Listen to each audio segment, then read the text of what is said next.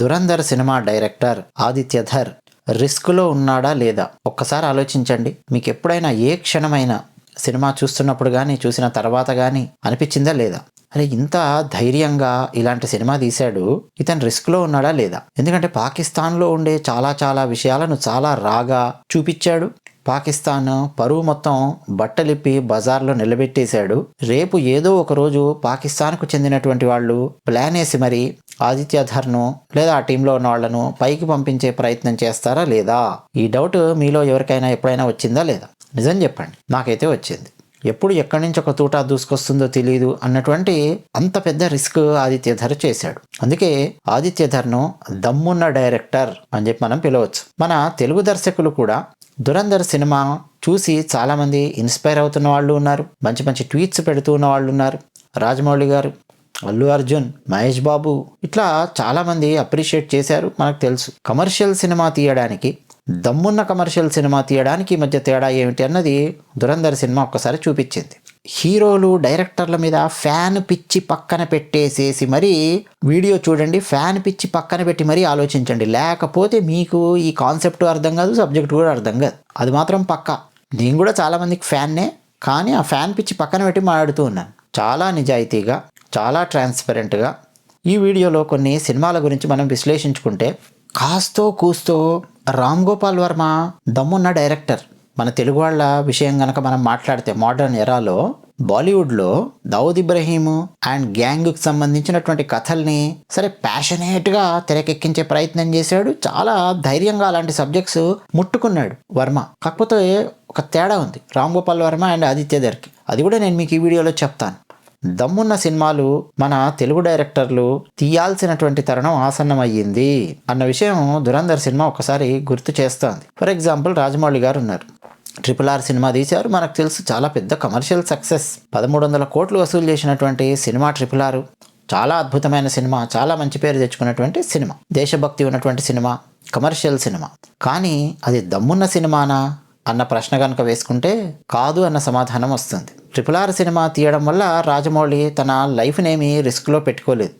సినిమాలో పులుల్ని, సింహాలు, జింకలు ఇట్లాంటివన్నీ వాడిండొచ్చు, కానీ తనేమీ నిజ జీవితంలో క్రూర మృగాల మధ్య లోపలికి వెళ్ళి నిలబడగలిగేంత దమ్ముతో సబ్జెక్టు ఎంచుకోలేదు. క్లియర్గా మనకు తెలుస్తుంది. మీకు చిన్న ఎగ్జాంపుల్ ఇస్తాం. 1993 అంటే నా చిన్నప్పుడు జురాసిక్ పార్క్ అనే ఒక సినిమా వచ్చింది. మేమందరం చూసాం. హైదరాబాదులో లైన్లలో నిలబడి మరి జురాసిక్ పార్క్ సినిమా మేము చూసాం. అప్పటికి మాకు ఇంగ్లీషు సరిగ్గా అర్థం కాదు. అయినా సరే జురాసిక్ పార్క్ చూసాం. డైనోసారస్లు ఉన్నాయంట, అదంట ఇదంతా చూసాం. చాలా బాగా తీశాడు. చాలా పెద్ద కమర్షియల్ సక్సెస్ జురాసిక్ పార్క్. ప్రపంచం అంతా మాట్లాడుకుంది. Like our Baahubali or RRR. Commercial director అయ్యాడు. VFXని ఎలా వాడాలి, టెక్నాలజీ ఎలా వాడాలి, ఒక అద్భుతాన్ని ఎలా సృష్టించాలి అనేది చాలా బాగా తీశాడు. ఒక సైన్స్ ఫిక్షను చాలా బాగా తీశాడు అన్నటువంటి చర్చ వచ్చింది. కానీ ఆ సినిమా తీసినంత మాత్రాన దమ్మున్న డైరెక్టర్ అని చెప్పి పిలవచ్చా? పిలవలేం. కానీ అదే సంవత్సరం 1993లో అదే director Steven Spielberg Schindler's list అనే ఒక సినిమా తీశాడు. ఒక్కసారిగా ప్రపంచం నివ్వెరపోయింది, లేచి నిలబడి చప్పట్లు కొట్టింది. ఎందుకని?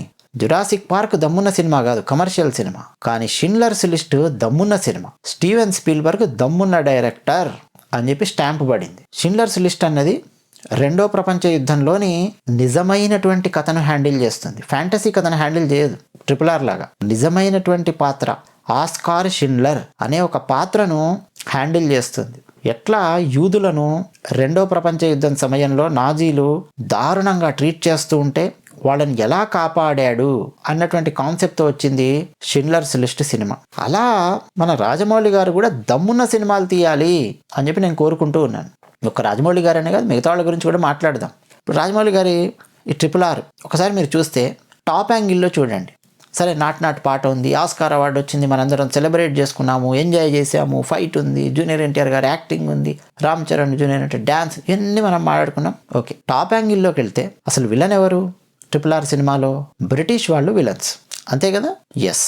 మరి బ్రిటిష్ వాళ్ళను విలన్స్గా పెట్టి మన తెలుగులో కానీ హిందీలో కానీ కథలు, సినిమాలు వచ్చాయా లేదా? బోలెడన్ని వచ్చాయి. ఫ్యాంటసీ దాంతోపాటు నిజంగా నిజమైనటువంటి హిస్టరీస్ తీసినటువంటి వాళ్ళు ఉన్నారు. ఇంకా రాజమౌళి గారు ఇంతవరకు నిజమైనటువంటి జీవిత చరిత్ర ఏది టచ్ చేయాల. The legend of Bhagat Singh వచ్చింది, చూసాం మేము. అజయ్ దేవగన్ సినిమా, Raj Kumar Santoshi director, AR Rahman music ఇప్పటికీ నాకు చెవుల్లో మారు మ్రోగుతూ ఉంటుంది. ఆ మ్యూజిక్ అంత అద్భుతంగా భగత్ సింగ్ యొక్క జీవిత చరిత్రను తెరకెక్కించారు. విలన్ ఎవరు అందులో? బ్రిటిష్ వాళ్ళు విలన్స్. ఇంకా భగత్ సింగ్ రాసినటువంటి పాటలను, రామ్ ప్రసాద్ బిస్మిల్ రాసినటువంటి పాటలను ఆ సినిమాలో ట్యూన్ చేసి పెట్టారు. విలన్ ఎవరు? బ్రిటిష్. RRRలో కూడా villain British. Alluri Sitaramaraju cinema వచ్చింది, కృష్ణ గారు తీసింది. బాబా ఏం సినిమా అండి.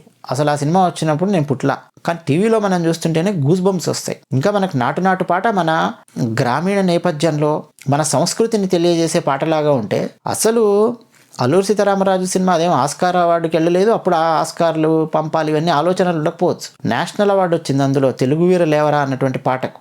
లిరిక్స్ తీసుకొని చూడండి, మీకు అసలు నరాన దేశభక్తి ఉప్పొంగే విధంగా ఆ పాట ఉంటుంది. సీతారామరాజు గారి సినిమా ఉంటుంది. బ్రిటిషు విలన్, ఒరిజినల్ నిజ జీవిత చరిత్ర అది అల్లూరి సీతారామరాజు. అలాగే కొంత ఫ్యాంటసీతో తీసినటువంటి సినిమాలు, సర్దార్ పాపారాయుడు లాంటివి ఉన్నాయి, దాసనారాయణరావు గారు తీశారు ఎన్టీఆర్ గారితో. అది కొంచెం ఫ్యాంటసీ ఫిక్షన్, సేమ్ RRR లాగా. అలాగే కాలపాని సినిమా ఉంది, ప్రియదర్శన్ తీశాడు. ఆ అండమాన్లో ఉండే కాలపాని జైలు గురించి. అమరీష్ పురి విలన్ ఉంటాడు, మోహన్ లాల్ అండ్ ప్రభు వీళ్ళిద్దరు heroes, Tabu heroine. Gandhi cinema వచ్చింది, రిచర్డ్ అటెన్బరో తీసినటువంటి సినిమా. విలన్ ఎవరు? British villain. లగాన్ సినిమా వచ్చింది, మంగల్ పాండే సినిమా వచ్చింది. బ్రిటిషర్స్ విలన్స్గా పెట్టి చాలా సినిమాలు వచ్చాయి. అందులో ఫ్లాప్ అయిన సినిమాలు కూడా ఉన్నాయి. రాఘవేంద్రరావు గారు తీసిన సుభాష్ చంద్రబోస్ లాంటి ఫిక్షన్ సినిమాలు, చిరంజీవి గారి సైరా నరసింహారెడ్డి అద్భుతంగా ఉంటుంది సినిమా. కమర్షియల్గా అది అంతగా వైబుల్ కాలేదు, అంతగా అది ఆడలేదు ఎక్స్పెక్ట్ చేసినంతగా. అది కూడా తెలుసు మనకు. విలన్ ఎవరు? బ్రిటిష్. ఇప్పటివరకు నేను చెప్పిన వాటన్నిటిలో. అంటే ఇదంతా కూడా ప్రీ ఇండిపెండెన్స్ ఎరాకు సంబంధించిన కథలతో తీస్తున్నటువంటి సినిమాలు. RRR కానీ ఏదైనా కానీ అలాంటి సినిమాలు రావాలా వద్దా? రావద్దని నేనేం చెప్పాను. హ్యాపీగా ఎన్ని కావాలంటే అన్ని తీయండి, మంచిదే. కానీ మోడ్రన్ ఇండియా గురించి ఎవరు తీస్తారండి? మోడ్రన్ ఇండియాలో ఉండే సమస్యల గురించి, మోడ్రన్ ఇండియాలో జరుగుతున్నటువంటి విషయాల గురించి, ఇండియా యొక్క గొప్పతనం గురించి ఎవరు తీయాలి సినిమాలు చెప్పండి? ఆ సబ్జెక్ట్స్ ముట్టుకోవాలని అంటే చాలామంది డైరెక్టర్లకు భయం వేస్తుంది. మన తెలుగు డైరెక్టర్లలో చాలామంది అసలు ఆ జోలికి కూడా వెళ్ళారు. ఈ మధ్య హిందీలో కనుక మనం చూస్తే వివేక్ అగ్నిహోత్రి చాలా దమ్మున్న డైరెక్టర్ అండి. Dare devil, Kashmir files cinema తీశాడు. అసలు ఆ సబ్జెక్టు ముట్టుకోవాలంటే గజ వణుకుతారు ఎవరన్నా.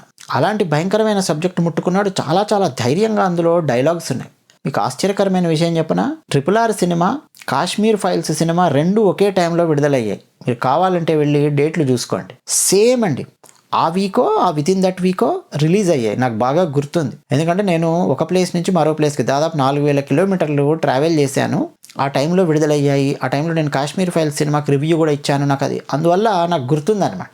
RRR సినిమానేమో అంతకుముందు బాహుబలి చాలా పెద్ద సక్సెస్ కాబట్టి రాజమౌళి గారికి విపరీతంగా ఫుల్ థియేటర్స్లో ఓపెనింగ్స్ బాగా భారీగా ఉన్నాయి. దాంతోపాటు మన తెలుగు రాష్ట్రాలలో బాగా డబ్బులు కూడా పెంచారు. ఇన్ని రోజులు మీరు డబ్బులు పెంచుకోవచ్చు, అలాంటి జీవోలు పాస్ చేశారు. అవన్నీ కూడా మనం చూడొచ్చు. కాశ్మీర్ ఫైల్స్ విషయం ఏంటో తెలుసా? థియేటర్లు కూడా దానికి సరిగ్గా ఇవ్వలేదు.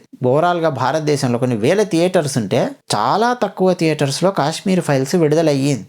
విత్ ఇన్ 2 days ఆ సినిమా మీద వచ్చిన పాజిటివ్ టాక్ దెబ్బకు తట్టుకోలేక థియేటర్స్లో రష్ ఇమ్మీడియట్గా నెంబర్ ఆఫ్ థియేటర్స్ సంఖ్య పెరిగిపోయింది. అసలు ఆ నెంబర్ చూస్తేనే మీరు షాక్ అయిపోతారు. ఎక్కడి నుంచి స్టార్ట్ అయింది, ఎక్కడికి వెళ్ళింది అని చెప్పి. చాలా తక్కువ డబ్బులతో తెరకెక్కింది, చాలా ఎక్కువ డబ్బులు కలెక్ట్ చేసింది. ఎందుకు చెప్తున్నానంటే, ఒక దమ్మున్న సినిమా నువ్వు సరిగ్గా హ్యాండిల్ చేసి తీయగలిగితే అలాంటి సినిమా కూడా కమర్షియల్గా సక్సెస్ అవుతుంది అని చెప్పడానికి చెప్తూ ఉన్నాను. ఒక ఆర్టికల్ 370కి సంబంధించి కానీ, ఒక డిమానిటైజేషన్ కానీ, నీకు లాస్ట్ 20 yearsలో అసలు పాకిస్తాన్ మీద మనం ఏమేం చేశాం, ఎట్లా మనం విజయాలు సాధించాం, ఆ దమ్ముతో ఏమైనా సినిమాలు తీస్తారా? పోనీ నిజంగా జరిగినటువంటి సంఘటనలను తీసుకొని ఫిక్షన్ కాకుండా తీస్తారా అంటే అసలు తీయనేది తీయరు. దురంధర్ ఒక్కసారి ఉలిక్కి పడేలా చేసింది. అందుకే ఇలాంటి కథలు ఉంటాయి. డైరెక్టర్ లైఫ్ రిస్క్లో పెట్టినా సరే ఇలాంటి కథలు మనం అందించడం ద్వారా భారతదేశం యొక్క గొప్పతనం, ప్రజెంట్ గొప్పతనం మనకు తెలుస్తుంది. మోడర్న్ ఎరా భారతదేశం అంటే ఏంటనేది తెలుస్తుంది అన్న విషయాన్ని అర్థం చేస్తుంది. కాస్తో కూస్తో బెటర్ ఎవరు అంటే మన తెలుగు డైరెక్టర్ రామ్ గోపాల్ వర్మ. కోర్స్ మీలో చాలామంది ఈ టీడీపీ వైసీపీ కోణంలో ఆలోచించే స్థాయిలోనే ఇంకా ఉంటారు కాబట్టి రామ్ గోపాల్ వర్మ గురించి నేను మాట్లాడుతూ ఉన్నప్పుడు చాలామందికి బ్రెయిన్కి ఎక్కదు నేను మాట్లాడే పాయింట్. దట్స్ ఓకే, అర్థమయ్యే వాళ్ళకు అర్థం కానీ. రామ్ గోపాల్ వర్మ 26/11 సినిమా తీశాడు. ఎంత బాగా తీశాడు, చాలా బాగా తీశాడు సినిమా. దావుద్ ఇబ్రహీం, చోటా షకీలు వీళ్ళందరికి సంబంధించిన సినిమా, కంపెనీ సినిమా తీశాడు. సత్య సినిమా తీశాడు. మీ కంపెనీ సినిమాలో ఎట్లా Dawood Ibrahim and gang cinema ఇండస్ట్రీలో ఉన్న వాళ్ళను, అంటే బాలీవుడ్లో ఉన్న వాళ్ళను, డైరెక్టర్స్ను, ప్రొడ్యూసర్స్ను ఫోన్లు చేసి ఎట్లా బెదిరిస్తారు, ఆ హీరోలతో ఎట్లా క్లోజ్ ఫ్రెండ్షిప్ మెయింటైన్ చేస్తారు, అదంతా కూడా మనకు కంపెనీ సినిమా ఫస్ట్ హాఫ్లో కనిపిస్తుంది. సత్య సినిమాలో మ్యూజిక్ డైరెక్టర్లు ఎట్లా సింగర్స్ని ఎక్స్ప్లాయిట్ చేయాలని చెప్పి చూస్తారో ఆ సినిమాలో చూపిస్తూ, గ్యాంగ్స్టర్స్ ఎట్లా మ్యూజిక్ డైరెక్టర్స్ను తుపాకీ గురిపెట్టి భయపెట్టి ఎట్లా పనులు చేయిస్తారో మనకు సత్య సినిమాలో చూపించాడు. ఒక రకంగా రామ్ గోపాల్ వర్మ కొంతవరకు రిస్క్ చేశాడు. ఆదిత్యధర్ చేసినంత స్థాయి రిస్క్ రామ్ గోపాల్ వర్మ చేయలేదు, కానీ డెఫినెట్గా రిస్క్ చేశాడు. ఆదిత్యధర్ మరి సింహాలు, పులులు, డైనోసారస్లు ఉన్నటువంటి ద్వీపంలో వెళ్ళి నిలబడితే ఎలా ఉంటుందో అంత పెద్ద రిస్క్ చేశాడు. రామ్ గోపాల్ వర్మ ఏంటంటే పాములు, తేళ్లు ఉన్నటువంటి టబ్బులో చేయి పెట్టాడు.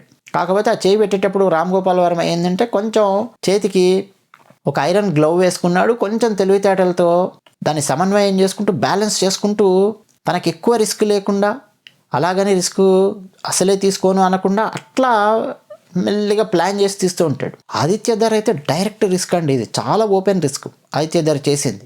చాలామంది అంటే ఒకరిద్దరు మాట్లాడుతూ కూడా ఈ బాలీవుడ్ ప్రొపగండా గురించి మాట్లాడుతూ అకస్మాత్తుగా రామ్ గోపాల్ వర్మ సినిమాల గురించి కూడా మాట్లాడుతూ దావూద్ ఇబ్రహీం వీళ్ళందరినీ ఒక అద్భుతంగా చూపించే ప్రయత్నం చేశారు, గ్లోరిఫై చేశారు అని చెప్పి అంటున్నాడు ఒక ఆయన.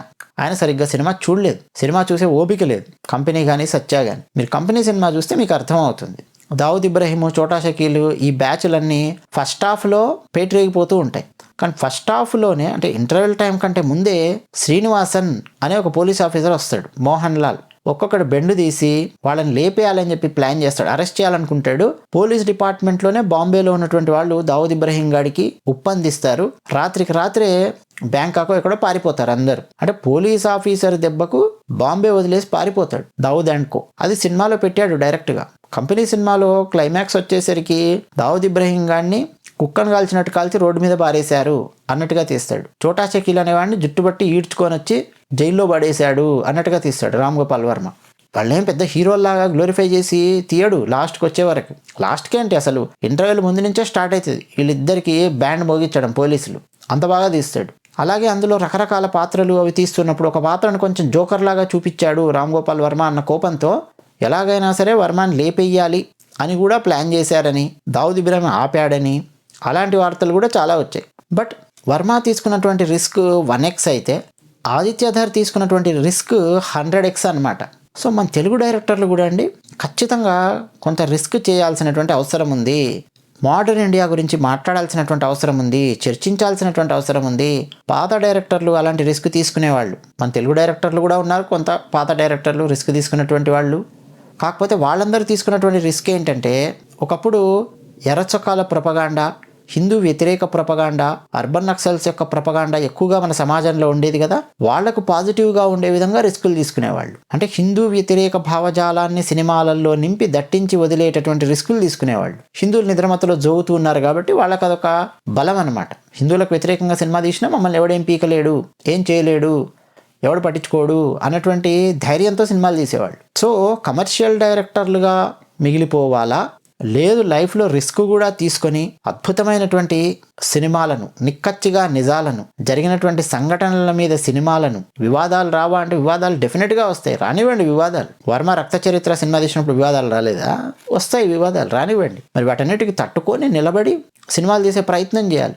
ఆదిత్యధర్ తీసినటువంటి దురంధర్ ఒక ఎగ్జాంపుల్. సో ఇది ఇక్కడితో ఆగకుండా ఇంకా పాకిస్తాన్లో ఎవడెవడిని ఎక్కడెక్కడ ఎలా లేపేశారు, అలాగే మన భారతదేశంలో కూడా ఎన్ఐఏ ఈ మధ్య చాలా అరెస్టులు చేస్తోంది. చాలామంది పాకిస్తాన్కు మద్దతుగా ఉండే గూఢచారులు లాంటి వాళ్ళను భారతదేశంలో అరెస్ట్ చేస్తోంది. గత 10 రోజుల్లో 50 మంది దాకా అరెస్ట్ అయ్యారు. ఆశ్చర్యకరమైన విషయం ఏంటంటే వాళ్ళెవ్వరూ కూడా పాకిస్తానీయులు కాదు, మన భారతదేశానికి చెందినటువంటి వాళ్ళే. సైకిల్ పంక్చర్లు వేసుకునేవాళ్ళు, మెకానిక్ షాపుల్లో ఉండేవాళ్ళు, ఎలక్ట్రీషియన్స్గా పనిచేస్తూ ఉన్నవాళ్ళు, ఏసీలు రిపేర్ చేస్తున్నటువంటి వాళ్ళు, ఆటోలు రిపేర్ చేస్తున్నటువంటి వాళ్ళు, ఇట్లా రకరకాల వాళ్లను గత 10 రోజుల్లో చాలామందిని అరెస్ట్ చేసింది మన జాతీయ దర్యాప్తు బృందం. ఇంకా అలా ఎన్నెన్నో రకరకాల పాయింట్స్ ఉన్నాయి. అలాగే ఉత్తరప్రదేశ్కు సంబంధించి కేస్ స్టడీస్ చాలా ఉన్నాయి. హిందీలో ఆల్రెడీ స్టార్ట్ అయ్యాయండి, వెబ్ సిరీస్లు విస్తృతంగా వచ్చాయి గత 5-6 సంవత్సరాలలో. ఉత్తరప్రదేశ్ అలాగే బీహార్ బ్యాక్డ్రాప్ మీద వెబ్ సిరీస్లు వస్తూ ఉన్నాయి. కొన్ని చిన్న చిన్న సినిమాలు కూడా కొన్ని వస్తూ ఉన్నాయి. కానీ మన తెలుగు డైరెక్టర్లు ఇంకా ఆ రిస్క్ చేయట్లేదు. కళ్యాణ్ రామ్ సినిమా కూడా ఆ మధ్య వచ్చింది, డెవిల్ అనుకుంటాను సినిమా పేరు. సుభాష్ చంద్రబోస్ గారి కాలంలో ఉన్నటువంటి కథను కొంత ఫిక్షన్ యాడ్ చేసుకొని, సేమ్ మన RRR ఎలాగైతే ఫిక్షన్ ఉంటుందో అలాంటిదే, కానీ బలమైనటువంటి లోపాలు, కొట్టొచ్చినటువంటి లోపాలు మనకు కనిపిస్తూ ఉంటాయి. ఆ క్లైమాక్స్లో హీరో ఒక్కడే వచ్చి 100 మంది బ్రిటిషర్స్తో ఫైటింగ్లు చేయడాలు ఇవన్నీ కొంచెం అతిగా అనిపిస్తాయి. ప్లానింగ్ లేకుండా ఫక్త్ కమర్షియల్ ఫార్ములా లాగా ముగిస్తాడు. కొన్ని సరిగ్గా తీసుంటే అది కూడా మంచి బ్లాక్ బస్టర్ అవ్వాల్సినటువంటి సినిమా. RRR అంత కాదు కానీ మంచి కమర్షియల్ సక్సెస్ అవ్వాల్సిన సినిమా, సరే చెడగొట్టారు. బట్ స్టిల్ అందులో కూడా ఏముందయ్యా అంటే ప్రీ ఇండిపెండెన్స్ ఎరాకు సంబంధించిన సినిమా, ఇవన్నీ తీస్తున్నారు, ఏవో ప్రయత్నం చేస్తున్నారు, కానీ అది కాదు. లేటెస్ట్ సంఘటనలు వాటిని తీయండి. దురంధర్ లాగా ఒక న్యాచురల్గా తీసే ప్రయత్నం చేయండి. హీరోలకు ఎలివేషన్స్ ఇవ్వడాలు, ఇంకా మన దగ్గర అయితే దండం పెట్టాలరా నాయన, హీరోలకు ఎలివేషన్స్, ప్రతి పిల్లబచ్చా హీరోకి కూడా ఒక భారీ ఎలివేషన్స్ ఇస్తారు. షూ షాట్స్ వేస్తారు ఫస్ట్, ఇక ఒక రేంజ్లో డైలాగులు చెప్తుంటాడు, భయంకరమైన బిల్డప్లు, డైలాగులు, చుట్టుపక్కల ఉన్న వాళ్ళందరూ అన్న అన్న అనుకుంటూ భయంకరమైన బిల్డప్లు, ఇదే గోల. మీరు దురేందర్లో మీరు గమనించండి, హీరోకు మీరు ఎవరైనా బిల్డప్ ఇవ్వడం మీరు గమనించారేమో చూడండి. ఫస్ట్ హాఫ్ మొత్తం మీరు దురేందర్ పార్ట్ 1 గమనించండి, ఈవెన్ పార్ట్ 2 వచ్చేసరికి కూడా ఊరికే బిల్డప్లు ఇచ్చుకుంటూ హీరోకి ఎవడు ఉండడు అక్కడ, పక్కన తానా అంటే తందానా అని చెప్పి. అవసరం ఉన్నప్పుడు ఒక వ్యక్తి గురించి గొప్పగా చెప్పడం వేరు, డెఫినెట్గా గొప్పగా చెప్పాలి, కానీ సినిమా లోపల అనవసరమైన బిల్డప్లు ఇవన్నీ మన తెలుగు సినిమాలలో మనం బాగా గమనించవచ్చు. అలా ఒక న్యాచురల్గా వెళ్ళాల్సినటువంటి సినిమాను చంపేస్తూ వస్తున్నారేమో అని చెప్పి అనిపిస్తుంది. ఇప్పుడు మన దగ్గర తెలుగు సినిమాలు చాలా వచ్చింటాయి, 50 కోట్లల్లో, 60 కోట్లల్లో, 30, 40 కోట్లల్లో సినిమాలు తీసింటారు. కొన్ని 100 కోట్లు వసూలు చేసి ఉండొచ్చు, కొన్ని 80 కోట్లు, కొన్ని 150 కోట్లు, 200 కోట్లు, ఇట్లా వసూలు చేసి ఉండొచ్చు కదా. నువ్వు ఫక్త్ కమర్షియల్ సినిమానే అందించే ప్రయత్నం ఎంతసేపు చేస్తూ ఉంటే ఒక దమ్మున్న సినిమా ఎవరు తీస్తారు? నీకు డైరెక్టర్వి, నీకు ఒక పెద్ద అవకాశం ఉంది, స్క్రీన్ మీద నువ్వు అనుకున్నది చెప్పగలిగే ఆ ఛాన్స్ నీకుంది, నీకు ఒక టీం ఉంది, ఇన్ని ఉన్న తర్వాత లేనిదేంది అంటే ఒక దమ్ము మాత్రమే. ఆ దమ్ము ఒక్కటి కనుక పెంచుకోగలిగితే దురంధర్ లాంటి సినిమాలు వరుస పెట్టి చాలా వస్తాయి. ఎందుకు మనకి ఇలాంటి సినిమాలు కావాలి అంటే, అమెరికా తీస్తుందండి ఇలాంటి సినిమాలు, నేను మీకు ఎప్పుడైనా పరిచయం చేస్తాను, 1, 2 కాదు, కనీసం 30-40 సినిమాలు చెప్తాను. ఇజ్రాయెల్ తీస్తుంది ఇలాంటి సినిమాలు. ఆ మధ్య నేను ఫౌదా సిరీస్ గురించి నేను మాట్లాడాను. నరేంద్ర మోదీ గారు ఇజ్రాయెల్ వెళ్ళినప్పుడు ఆ ఫౌదా సిరీస్ వాళ్ళతో ఒక ఫోటో దిగారు, నేను మాట్లాడాను. మీరు ఆ వీడియో చాలా చాలా చాలా చాలా తక్కువ మంది చూశారు, వెళ్ళి ఆ వీడియో చూడండి తెలుస్తుంది. అందులో తనావ్ వెబ్ సిరీస్ గురించి నేను మీకు ఎక్స్ప్లెయిన్ చేశాను, ఫౌడా వెబ్ సిరీస్ గురించి ఎక్స్ప్లెయిన్ చేశాను. ఇజ్రాయెల్ వాళ్ళు తీశారు చాలా చాలా సినిమాలు, వెబ్ సిరీస్లు. అమెరికా వాళ్ళు, యూకే వాళ్ళు, వాళ్ళందరూ తీస్తుంటారు. అంటే వాళ్ళ దేశపు గుడచారులు ఏం చేస్తున్నారు, అసలు వాళ్ళ దేశం ఏం చేస్తుంది అంటే వాళ్ళ నేరేషన్ని వినిపిస్తూ ఉంటారు. మరి మన భారతదేశం తన నేరేషన్ని వినిపించాలి కదండి ప్రపంచానికి. ఇప్పుడు దురంధర్ వినిపించింది, భారతదేశపు నేరేటివ్ ఎలా ఉంటుంది అన్నది దురంధర్ సినిమా ప్రపంచానికి చాటి చెప్పింది, వినిపించింది, దమ్ముతో తీశాడు, తన లైఫ్ రిస్క్లో పెట్టి మరీ తీశాడు. మరి మన తెలుగు వాళ్ళు కూడా డైరెక్టర్లు కానీ వీళ్ళందరూ అలాంటి సినిమాలు తీసే ప్రయత్నం చేయాలి కదా, అప్పుడు కదా దమ్మున్న డైరెక్టర్లు అని చెప్పి అనిపించుకుంటారు. కమర్షియల్ సినిమాలు తీయి, ఇలాంటివి కూడా కనీసం 1-2 తీయడానికి ప్రయత్నం చేయండి బాబు. అందుకే స్పీల్బర్గ్ ఎగ్జాంపుల్ ఇచ్చాను. జేమ్స్ కెమెరాన్ టైటానిక్ తీశాడు, అవతార్ తీశాడు, ఏలియన్స్ తీశాడు, చాలా చాలా అద్భుతమైన కళాఖండాలు తెరకెక్కించాడు James Cameron, Avatar series director. కానీ ఆయన భార్య క్యాథీ బిగ్లో హర్ట్ లాకర్ అనే సినిమా తీసింది. అవతార్ ఫస్ట్ పార్ట్ రిలీజ్ అయిన సంవత్సరమే హర్ట్ లాకర్ రిలీజ్ అయింది. అవతార్ సినిమాకు బెస్ట్ డైరెక్టర్గా ఆస్కార్ అవార్డు రాలేదు. ఆయన భార్య తీసినటువంటి హర్ట్ లాకర్ సినిమాకి బెస్ట్ డైరెక్టర్గా ఆయన భార్యకు అవార్డు వచ్చింది. హర్ట్ లాకర్ సినిమా ఏంటి, ఇరాక్ లోపల అమెరికా సైనికులు ఎంత కష్టపడుతూ ఉంటారు, ఆ ఇరాక్లో రకరకాల తీవ్రవాదులు, ఇన్సర్జెంట్స్, వాళ్ళందరూ పెట్టే ఆ బాంబుల్ని ఎట్లా డిఫ్యూజ్ చేస్తూ ఉంటారు, ఎంత హై అడ్రినలిన్ రష్ ఉంటుంది, ఎంత ప్రెజర్ అనుభవించారు అమెరికన్ సైనికులు ఆ టైంలో, లైవ్స్ ఎట్లా రిస్క్లో పెట్టారు, అయినా సరే ఎంత కష్టపడి పనిచేశారు అన్న అమెరికన్ నేరేటివ్ని వినిపించినటువంటి, చూపించినటువంటి సినిమా హర్ట్ లాకర్. అది దమ్మున్న సినిమా, ఫిక్షన్ కాదు, అది అస్సలు ఫిక్షన్ కాదు, నిజంగా జరిగినటువంటి సంఘటనల ఆధారంగా తీసినటువంటి సినిమా. సరే స్క్రీన్ మీద ఫిక్షన్ అని వేస్తారు లీగల్గా తప్పించుకోవడానికి, ఈవెన్ దురంధర్ సినిమా కూడా ఫిక్షన్ అని చెప్పేస్తాడు స్క్రీన్ మీద, ఎందుకంటే లీగల్గా ఇష్యూస్ రాకుండా తప్పించుకోవడం కోసం ప్రతి డైరెక్టర్ ఏం చేస్తారంటే ఫిక్షన్ అని చెప్పేస్తారు. మనకు అర్థం కాదా అది ఫిక్షనా ఏంది అనేది. నరేంద్ర మోదీ గారు డిమానిటైజేషన్ November 8న చేస్తే కనీసం 30 days కూడా కాకముందే డిసెంబర్ 1వ వారం పాకిస్తాన్లో ఒకడు 8వ అంతస్తు నుంచి కింద పడిపోతే ఖనాని అనేవాడు డాట్స్ కనెక్ట్ చేసుకుంటే మనకు అర్థం కాదా ఏం జరిగిందో. గత 4-5 ఏళ్లుగా ఎక్కువ మంది పాకిస్తాన్ లోపల గుర్తు తెలియని వ్యక్తుల చేతుల్లో పైకి పోతూ ఉంటే మనకు అర్థం కావట్లేదు ఏం జరుగుతుందో. అంతకుముందు మనం ఎప్పుడు వినలేదు. మన చిన్నప్పుడు నేను కాలేజీలో ఉన్నప్పుడు కూడా ఎప్పుడు వినలేదు. రెగ్యులర్గా నేను న్యూస్ పేపర్స్ చదువుతాను, రెగ్యులర్గా అప్ టు డేట్ ఉంటాను చాలా విషయాల పట్ల, అంతర్జాతీయ అంశాల పట్ల. బట్ నేను ఎప్పుడు చూడలేదు భారతదేశానికి సంబంధించిన వాళ్ళు వెళ్ళి పాకిస్తాన్ లోపల ఆపరేషన్స్ చేయడం. అవన్నీ నరేంద్ర మోదీ గారు వచ్చిన తర్వాత మనం వింటూ ఉన్నాం. అంతకుముందు ఉన్నటువంటి గూఢచారులందరూ కూడా సమాచారాన్ని భారతదేశానికి అందజేసేవాళ్ళు. బట్ కోవర్ట్ ఆపరేషన్స్ చేయడాలు, లేపేయడాలు అవన్నీ గత 10 ఏళ్ళ నుంచి జరుగుతున్నాయి. ఒక 100 సినిమాలు వచ్చాయనుకోండి, అందులో 90 సినిమాలు కమర్షియల్ టైప్ ఆఫ్ సినిమాలు తీసిన ఒక్క 10% సినిమాలైనా సరే రియలిస్టిక్ స్టోరీస్ తీసుకొని ఒక డేర్ డెవిల్స్ లాగా డైనమిక్గా సినిమాలు తీసే ప్రయత్నం చేయాలి కదా, చేస్తే బాగుంటుంది. ఇప్పుడు మనందరము దర్శక ధీరుడు అని చెప్పి పిలిచే రాజమౌళి కూడా దమ్మున డైరెక్టర్ ఏం కాదు. ఒక కమర్షియల్ డైరెక్టర్, పెద్ద పెద్ద బ్లాక్ బస్టర్స్ తీయగలిగే సామర్థ్యం ఉన్నటువంటి డైరెక్టర్. ఆదిత్యధర్ చూసారా, దమ్మున డైరెక్టర్.